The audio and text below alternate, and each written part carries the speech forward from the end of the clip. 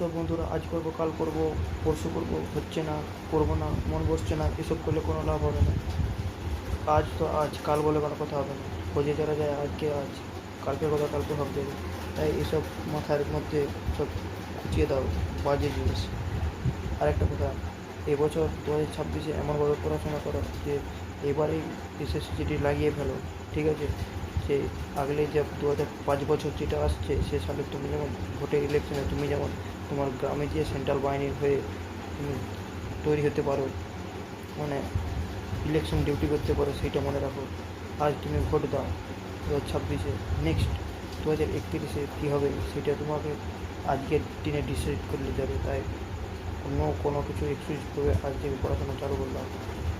2026-এ এমন পড়াশোনা করো, নেক্সট ইলেকশন ভোটে যেমন তোমাকেও সেই বাহিনীদের মধ্যে তোমাকেও যেমন দেখতে পাওয়া যায়।